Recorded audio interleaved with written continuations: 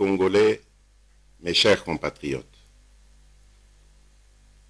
il y a plus d'une année, je m'adressais à vous pour annoncer une série de mesures prises dans le cadre de la riposte face à la situation de crise inédite provoquée par l'apparition de la maladie à coronavirus.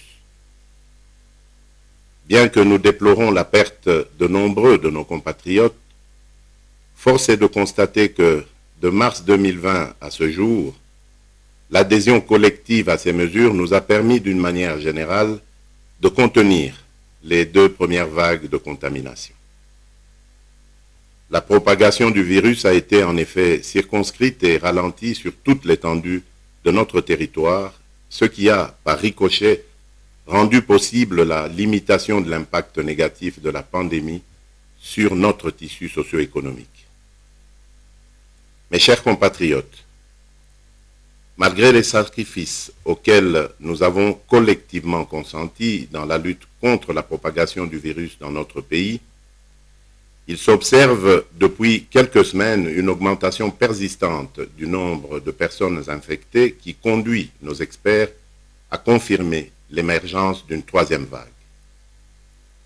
Cet accroissement rapide des cas de contamination qui se caractérise notamment par l'augmentation du nombre de personnes qui développent la maladie tout en étant hospitalisées, la saturation des lits d'hôpitaux dédiés aux patients Covid-19 et des décès que nous déplorons, nous pousse à prendre des mesures fortes pour ralentir la progression du virus. Ces mesures sont d'autant plus nécessaires en raison de la résilience de la Covid-19 et des différentes mutations qui la rendent davantage imprévisible et dangereuse, comme l'atteste la circulation du variant Delta, mieux connu sous le nom du variant indien. Ce variant particulièrement contagieux est responsable de la hausse du nombre de cas positifs. Mes chers compatriotes, cette 3e vague s'annonce redoutable. Nous nous devons donc de réagir avec rapidité, mais surtout avec méthode. Ainsi, après concertation avec le gouvernement, le secrétariat technique de la riposte et la task force présidentielle de lutte contre la Covid-19, j'ai décidé d'instaurer les mesures suivantes avec effet immédiat à observer à compter de ce jour et ce jusqu'à nouvel ordre. Le maintien et le renforcement du couvre-feu de 22 h à 4 h du matin. À cet égard, outre les points de contrôle actuels, des patrouilles de la police militaire seront instaurées. Tout contrevenant sera sévèrement puni.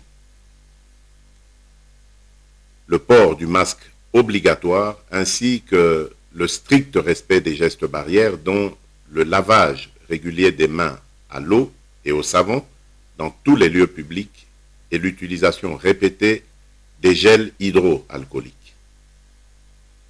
L'interdiction de tout rassemblement de plus de 20 personnes sur les lieux publics. L'entrée dans les marchés publics est subordonnée à la prise de température, au lavage des mains ainsi qu'au port du masque. L'interdiction de l'organisation des deuils et veillées mortuaires dans les salles et les domiciles.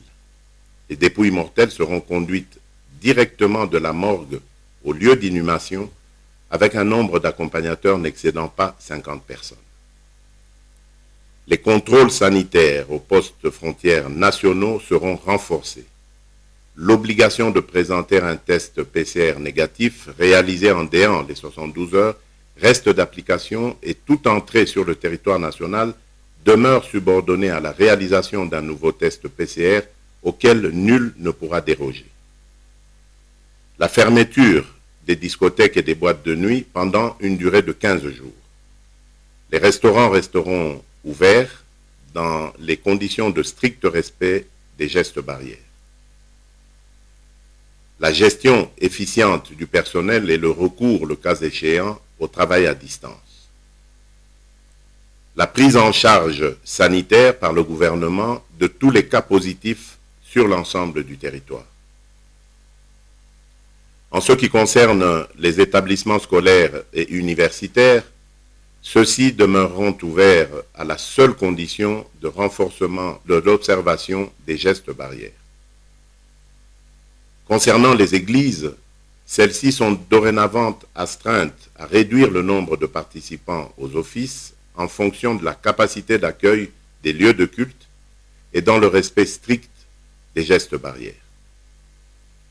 D'un point de vue sanitaire, il sera désormais obligatoire de se faire tester régulièrement à l'aide des tests rapides devant toute toux, associée ou non à de la fièvre pour toutes les personnes à risque ou les plus exposées, à savoir les personnels de santé, le corps enseignant, les agents et cadres des entreprises publiques et privées et ou toute autre personne exerçant une activité nécessitant de nombreux contacts.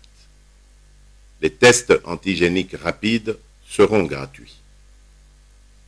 Il sera effectué un approvisionnement sans délai et régulier des hôpitaux et ou centres de traitement Covid-19 en oxygène, médicaments et autres intrants de prise en charge de la Covid-19, particulièrement dans la ville-province de Kinshasa.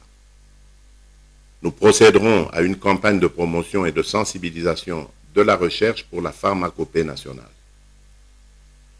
Nous veillerons à l'amélioration de la couverture vaccinale en mettant un accent particulier sur une communication pédagogique justifiant la nécessité du recours à la vaccination.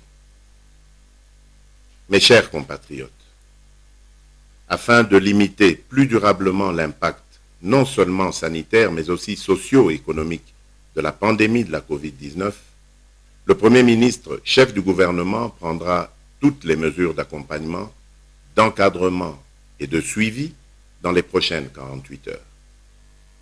Dans ce contexte, et comme je l'avais annoncé dans mon récent point de presse, toutes les manifestations prévues dans le cadre des festivités du 30 juin sont annulées.